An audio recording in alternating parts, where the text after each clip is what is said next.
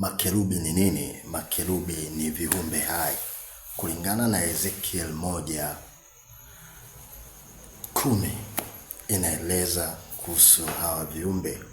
Walikuwa na sura ya simba, sura ya mwanadamu, sura ya ng'ombe na sura ya tai. Kwa nini walikuwa hivi?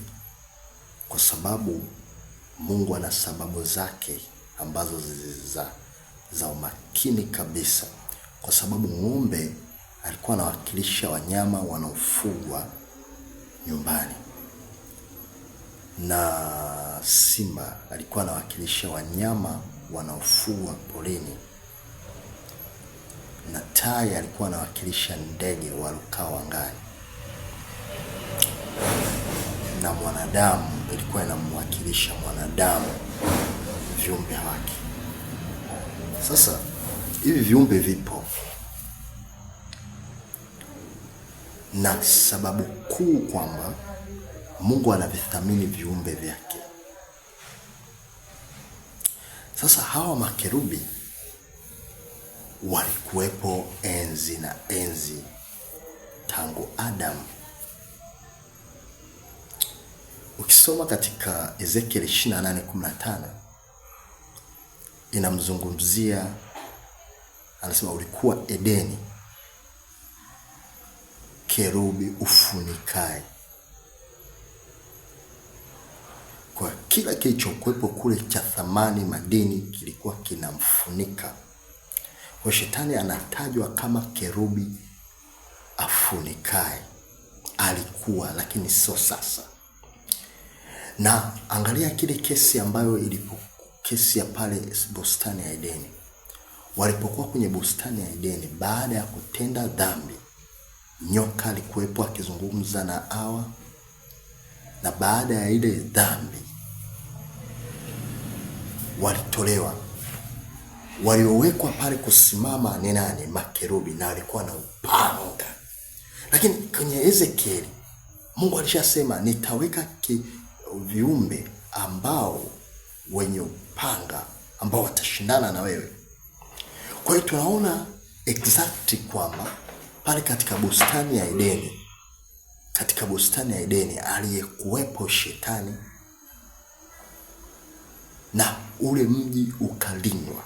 Sasa makerubi kazi yao wao ni kulinda utukufu wa Mungu. Vile viumbe ni vya moto, vina matairi mbele na nyuma, kushoto na kulia. Hawahitaji kugeuka. Na sura mwanadamu mbele, upande huu simba, upande huu ng'ombe, kwa hiyo nyuma nako tai. Kwa hiyo hivi viumbe vipo kulinda utukufu wa Mungu. Tairi zake ziko mbele na nyuma, kushoto na kulia. Hivi viumbe, wale ambao wana huduma za kimataifa, ndio hawa viumbe wanatumika katika ulimwengu wa roho.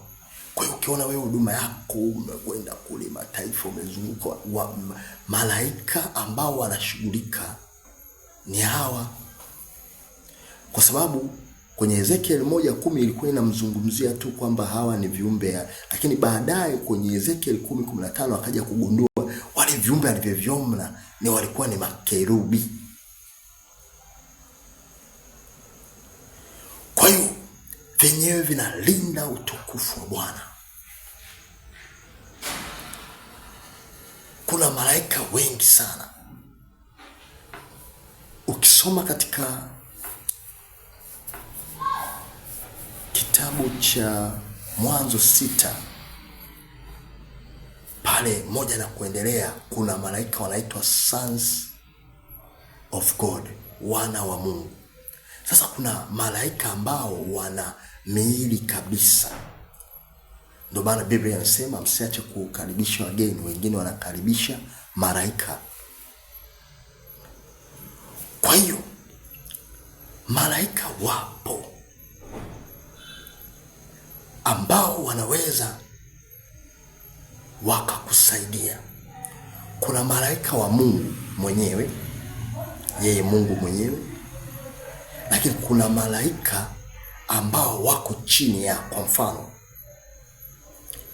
Shetani wakati anafukuzwa kule, aliondoka na theluthi ya kundi la malaika, maana wale waliokuwa wanamtii. Kwa hiyo wale hawakuwa kwa Mungu, wanatii kwa Mungu, walikuwa kwa yule malaika ambaye Lucifer. Waliposhushwa wakashuka naye. Kuna baadhi ya malaika hawatamuona Mungu, kwa sababu Mungu yeye ni moto ulao, ni flame of fire. Kama hawa viumbe makerubi wanapanga kote kote, na Biblia inaeleza, Ezekiel anaeleza zaidi, hawa viumbe wanatisha, urefu wake wanatisha. Sasa kuna baadhi za ndoto watu wanaota lakini hawaelewi. Unajua Mungu anakuja kukujibu kulingana na vile unavyomuelewa, ndio unapata majibu. Sasa kuna wakati huwezi kuona maono ya hivi vitu kwa sababu akili yako haielewi. Sasa vile viumbe, wakati mwingine kuna mmoja akasema, mimi nimeota ndoto, nimeona shaka huyo samaki kwangu. Kwa nini ushaka? Kumbe amevaa mfumo wa malaika wa samaki. Manake tafsiri yake anakuja kumkomboa katika vikwazo vya maji. Kuna malaika wanaweza wakaja kwa sura ya ng'ombe, kwa sura ya simba. Kwa hiyo inategemea ndoto hizi unaziotaje na unaelewa nini katika hilo eneo. Sasa malaika Mungu amewaweka. Kuna wakati mwingine unasikia mikono yako ikiwasha, maana yake Mungu anaachilia malaika wa fedha. Kuna wakati mwingine chini ya miguu unaona kama miguu inawasha, maana yake kuna malaika ambao wanahusika na mamlaka ya kwako.